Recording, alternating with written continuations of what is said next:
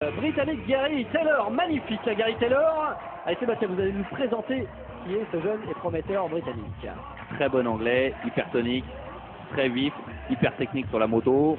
Et alors là, il n'y a pas du tout de déchets. Voilà, tout est posé propre. On va le voir. Pour aller chercher un Manitou ou un Ronnie Runner peut-être. Il lui manque un flip. Enfin, il a déjà flippé, mais il est tombé, il s'est fait peur un peu et donc il a du mal à revenir sur le flip. Il s'entraîne chez lui dans un bac à mousse, c'est-à-dire une grosse piscine avec des cubes de mousse pour éviter de le faire directement sur le dur et de prendre des risques énormes. Donc là, il le rebosse un peu, mais il faudrait vraiment qu'il mette la tête à l'envers pour pouvoir aller rechercher les meilleurs mondiaux. Voilà, énorme. Voilà, c'est très tonique, ça va un petit peu plus vite pour les non-initiés, mais tout est gros. Voilà, tous les tricks sont vraiment bien tendus. Il est charismatique. Il a vraiment, on le reconnaît de loin. Il a son style déjà, le Britannique, magnifique, Gary Taylor. Voilà, donc ça troisième assez lancé effectivement Sébastien. 9 o'clock, voilà, je pense qu'on ne peut pas faire plus gros. On va pas lui demander de faire plus gros. Ça c'est bien, il a pris le petit retour en fait qui est assez difficile parce que c'est assez court, ça fait une quinzaine de mètres. Il a quand même mis un petit knack, c'est quand même pas mal.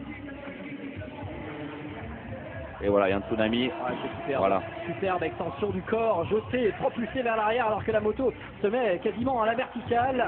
Ouais, surtout très risqué pour le retour en fait, plus que pour la figure, mais pour le retour, pour les malléoles, faut vraiment revenir bien avec les pieds en face vers post-pied. Sinon vous faites très très mal, sans tomber en fait, mais vous cassez tout de suite les malléoles si vous revenez trop vite sur les repose-pieds. On l'a expliqué, hein, les garçons qui vraiment s'entraînent avec prudence. Il a essayé de faire un cliffhanger, voilà. Et en fait il a essayé de caler les pieds sur le guidon et il a dû mal caler un des deux pieds, donc plutôt que de prendre des risques, il repart dans la coursive et je pense qu'il va poser la même figure, mais ouais, ça m'étonnerait qu'il les rate deux fois. Vous allez voir ce que c'est un cliffhanger, c'est magnifique.